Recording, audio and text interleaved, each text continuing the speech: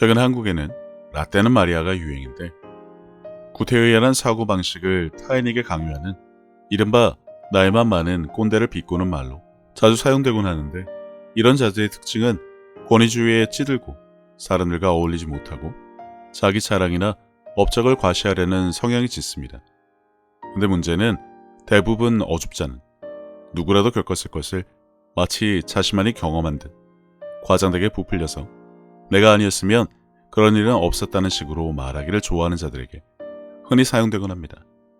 물론 노력이 가상하고 그만큼 안 하고 산 사람도 있겠지만 그냥 당연히 할 일을 한 것이라는 겸손은 이미 개나 줘버렸으니 평생 재탕에 삼탕에 우려먹으며 삽니다. 정작 중요한 것은 그래서 그 후에 무엇을 했느냐지, 과거의 영광에 아무리 빠져 있어봐야 지금은 그냥 퇴물이나 되었을 확률이 다분히 높습니다. 딱히 배울 점을 발견할 수도 없고요.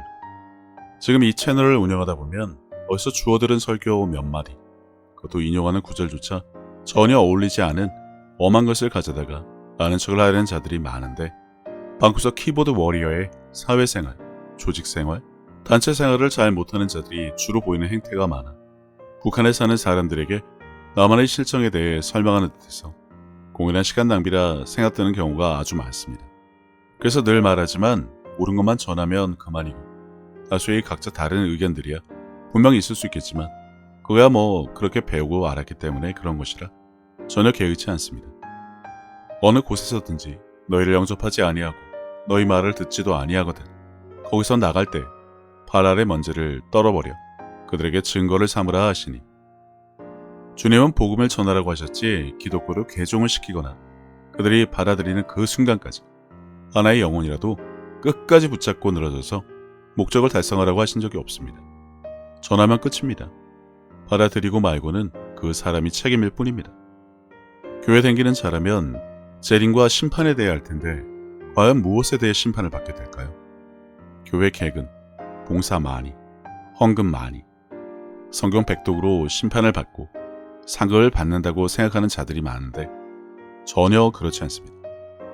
인자가 왔을 때 믿음을 보겠냐고 하셨으니 믿음이 있는지, 그 믿음으로 무엇을 했는지, 예수님은 물론이고 예수의 이름을 믿었는지, 그 이름으로 무엇을 한 것이 있는지, 성령을 받았는지, 권능을 받고 복음을 전했는지, 다른 표적으로 주님이 하신 일을 이어서 했는지 등에 대해 심판을 받는다면 어떻게 될까요?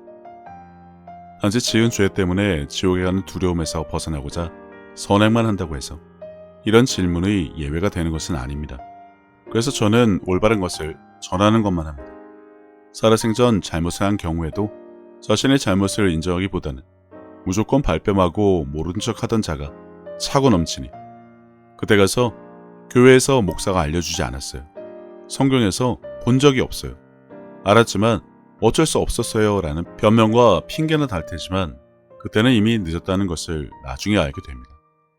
그러니 성경에 근거해서 올바른 것들만 전하면 제 할 일은 다 한 것입니다. 예수께서 나와 말씀하여 이르시되 하늘과 땅의 모든 권세를 내게 주셨으니 그러므로 너희는 가서 모든 민족을 제자로 삼아 아버지와 아들과 성령의 이름으로 세례를 베풀고 내가 너희에게 분부한 모든 것을 가르쳐 지키게 하라. 볼지어다 내가 세상 끝날까지 너희와 항상 함께 있으리라 하시니라. 서두가 좀 길었던 이유는 최근 브라더 제한이라는 유튜브 채널에 박혁과 같은 영상이 올라오자 근본 없는 목회자들이 또 물고 뜯으며 또 성경에도 없는 엄한 소리들을 싸지르고 있고, 거기에 달린 댓글들도 가관인데 박혁 추종자나 시스터지 추종자나 비판이나 하는 그런 목회자 추종자나 이단과 사이비 추종자나 발에 차이고 넘치는 한국의 교회 목사 추종자나 사람을 높이고 거지 근성으로 종노릇 하려는 자들은 어딜 가도 있으니 그러려니 합니다. 아무튼 오늘은 대놓고 하나님을 대적하는 한국교회와 목회자들의 실상을 좀 살펴보고 올바른 신앙생활을 할 수 있도록 돕고자 합니다. 우선 성경에 하나님이 우리가 죄를 지으면 평생 잊지 않고 죽는 그날까지 못살게 굴면서 죄값을 치르게 하다가 죽어서 심판하는 그날에 가서는 지옥에 떨어지는 이전보다 더 심한 엄벌에 처한다는 말이 있는지 생각하기 바랍니다. 없습니다. 당연히 그런 기록은 없습니다. 단 2가지 경우에는 문제가 됩니다. 죄를 회개하지 않거나 예수 이름을 믿지 않거나.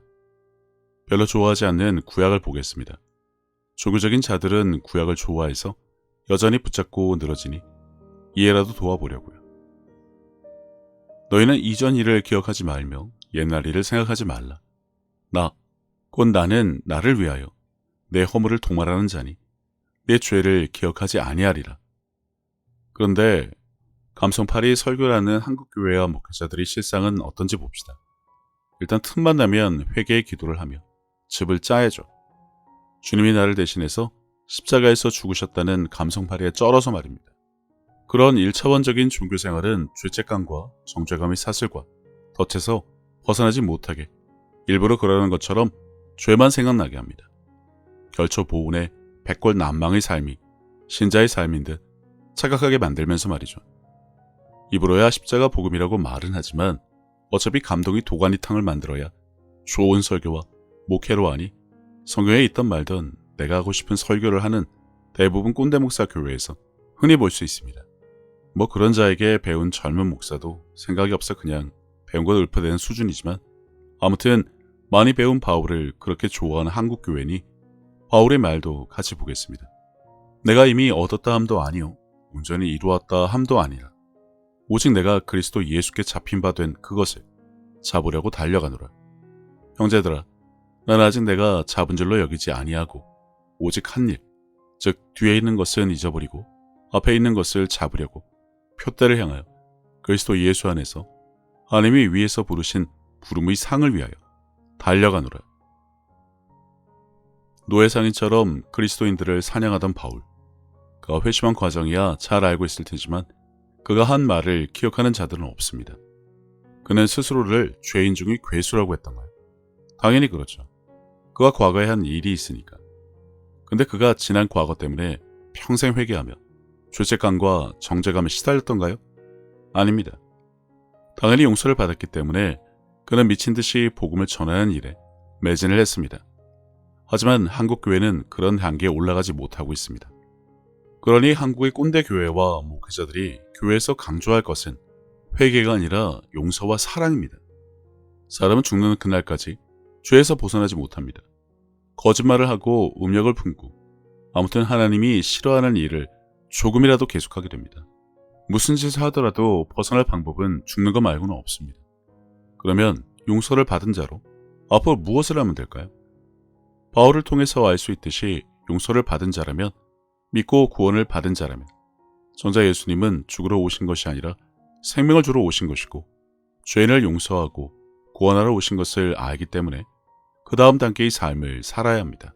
주님이 하신 일을 하고 성령과 권능을 받아 땅 끝까지 복음을 전하고 싶고 손을 얹어 병자를 치유하고 귀신을 쫓는 일들을 말합니다만 한국교회와 목회자들 어디 그러던가요? 원죄, 본죄, 자범죄, 재림, 심판, 백보자 심판, 둘째 사망 등 죄와 관련된 것은 다른 영상에서 따로 다뤄야 할 정도로 내용이 많으니 넘어가더라도 예수님이 이미 십자가에서 죄의 문제를 해결하셨으면 감사하고 다음 일, 주님이 원하시는 일, 하나님의 일들을 해야 하는 게 정상이다 말입니다. 아무튼 문제는 그런 종교 행위가 아닙니다. 살면서 벗어나지 못하는 죄의 문제는 매일 예수 이름으로 용서를 구하고 받으면 그만입니다. 그런데 그래서 흔히 보게 되는 가짜는 부모들이 아이의 잘못에 대해 핀잔을 주면서 잘못의 고백을 강요하는 경우를 수시로 봅니다. 잘못했다고 말하라고 용서를 빌라고 강요하는 모습을 말이죠. 지들 기분 좋아질 때까지 말입니다. 뭐 그런 것들이 집구석에서야 어련하겠냐만 교회나 목회자가 이런 짓을 한다는 겁니다. 만일 우리가 우리 죄를 자백하면 그는 미쁘시고 의로우사 우리 죄를 사하시며 우리를 모든 불의에서 깨끗하게 하실 것이요. 또 죄를 지었다고 또 십자가 은혜를 잊었다고 난 벌레라고. 꼰대들이 교회에서 이 짓들을 많이 하죠. 벌 받기는 싫고 죽어서 지옥 가기는 더 싫고 아는 것도 없고 능력도 없고 할 줄 아는 것도 없으니 이거는 심정으로 말입니다. 대적이 다른 게 아닙니다. 하나님이 이미 끝내신 일을 결정하신 일을 그리고 그 외에 무엇을 하라고 알려주신 것이 버젓이 성경에 있음에도 불구하고 그와는 반대로 한국형 기독교로 만들어 개독이란 소리나 들으며 아니라고 난 여전히 죄인이라며 허건나 집이나 짜는 이런 것이 바로 하나님을 대적하는 것입니다. 작년 박혁을 시작해서 지금 브라더 제안에 대해서도 말들이 많아지려고 하는데 올바른 생각을 갖기 바랍니다. 교회에서 주장하는 율법과 구약, 썩은 신학으로 기독교를 폄훼하고 성령의 사역에 대해서도 성령을 받게도 방언을 말하게도 돕지 못하는 교회와 목회자가 과연 성경적인 모습인지 언급조차 귀찮은데 성령의 사역조차 알지 못하는 자들이 성령을 폄훼하는 것은 결코 용서받지 못하는 죄라는 것만 아시기 바랍니다. 그러면 내가 너희에게 이르노니 사람에 대한 모든 죄와 모독은 사하심을 얻되 성령을 모독하는 것은 사하심을 얻지 못하겠고 성령님에 대해 영적인 것에 대한 지식이 전무한 목회자들이 성령의 사역은 은혜와 질서가 있다는 소리나 하는데 아무것도 모르는 자들이 뭐라고 떠들든 그들은 성령을 모독하는 일을 하고 있다는 것만 알면 됩니다.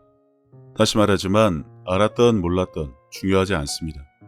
그분이 하신 일에 대해 왈가왈부하며 표적에 따르는 자를 폄훼하는 것은 그분을 모독하는 일이란 것만 알면 됩니다. 한국교회의 권위에 대한 도전이다. 세력 확장을 도모하고 있다. 퍼포먼스 위주다. 배우 세력이 있다든가 같이 정신판 돌아가는 것과 똑같은 주장을 신학을 했다는 자들이 주일 설교 때 복음이 아닌 사족을 달아 사회 비난을 일삼는 것처럼 하고도 있으니 오직 성경의 근거에서 언급된 말씀을 바탕으로 생각하면 되는데 어차피 복음조차 제대로 몰라 엄한 것만 가르치려 드니 알 턱이 없습니다. 다른 영상에서 누누이 말했지만 지금의 말세가 아닙니다. 저희들에게 언급하신 마지막 때 무슨 일이 있을지는 예수님이 분명히 언급하셨고 그러한 모든 일들이 일어날 때가 마지막이라고 하셨습니다. 땅 끝까지 복음이 전해지면 그제서야 그분이 오신다는 것만 알면 됩니다. 그 외 무지한 목회자들이 지극히 정치판에서나 보이는 억지 주장들을 하지만 그건 그들이 감당하면 됩니다. 재림과 심판 때 성령을 모독한 것에 대해 그제서야 알 테니 말입니다. 그러니 신자들은 각별히 주의를 해야 합니다. 단지 목사 타이틀이 있다고 해서 그들이 진리를 전하는 것이 아닙니다. 그들이 주님의 일을 하는 것이 아닙니다. 영적인 것에 대한 이해가 남다르지 않습니다. 뱀같이 지혜롭게 삶을 살아가야 하듯 무엇이 올바른 것인지는 스스로 판단하고 결정하는 능력을 키워야 합니다. 다시 언급하지만 심판 때는 행위가 중요합니다.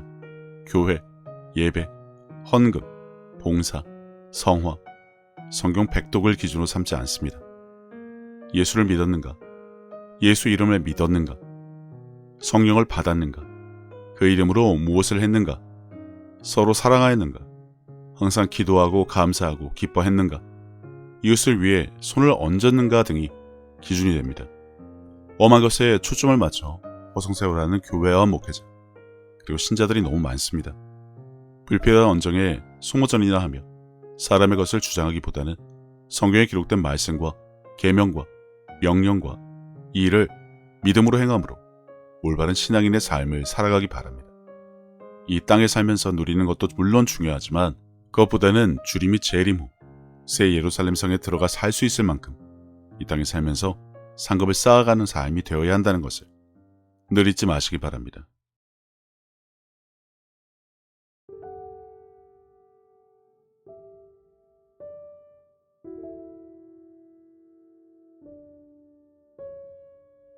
예수님께서는 내 마음을 다하고 목숨을 다하고 뜻을 다하고 힘을 다하여 주 너의 하나님을 사랑하라 하신 것이요.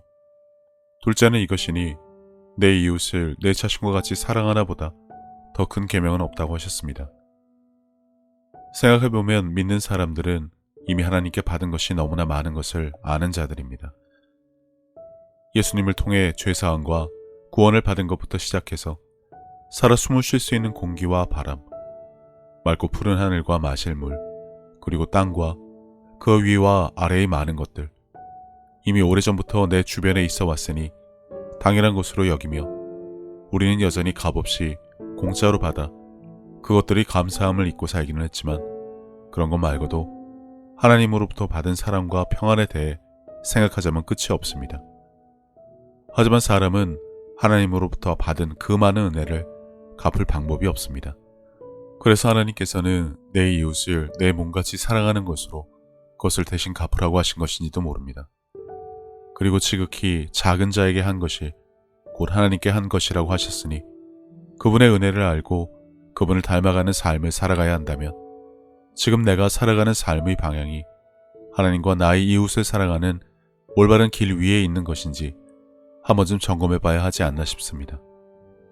이와 같이 하나님의 뜻, 그분이 기뻐하실 일이 무엇인지 알고 내게 주어진 소명을 다하기 위해 끊임없이 힘쓰고 노력하는 것도 크리스찬들이 마땅히 해야 할 일이 아닐까라는 생각을 해봅니다. 이제는 세상 유행에 따라 요동치던 내 마음을 모두 내려놓고 혼자서 하나님의 뜻을 헤아리는 시간을 가져보시기를 권해봅니다. 하나님은 세상 모든 사람들을 사랑하십니다. 그렇기 때문에 당신이 사랑받기에 마땅한 사람인 것처럼 당신의 가족도 이웃도 그분에게는 마찬가지로 소중한 자녀들입니다. 당신이 어려운 상황을 겪었을 때 하나님께서 당신의 삶에 관여하실 수 있도록 마음의 문을 열고 그분을 신뢰하며 동행하는 삶을 살아왔듯이 이제 당신도 다른 사람들에게 먼저 다가가서 손을 내미는 귀한 삶이 되어주시기를 바랍니다. 예수님께서 주신 새 계명, 서로 사랑하라. 저도 늘 제 자리에서 최선을 다하여 섬기고 사랑하며 살도록 하겠습니다. 감사합니다.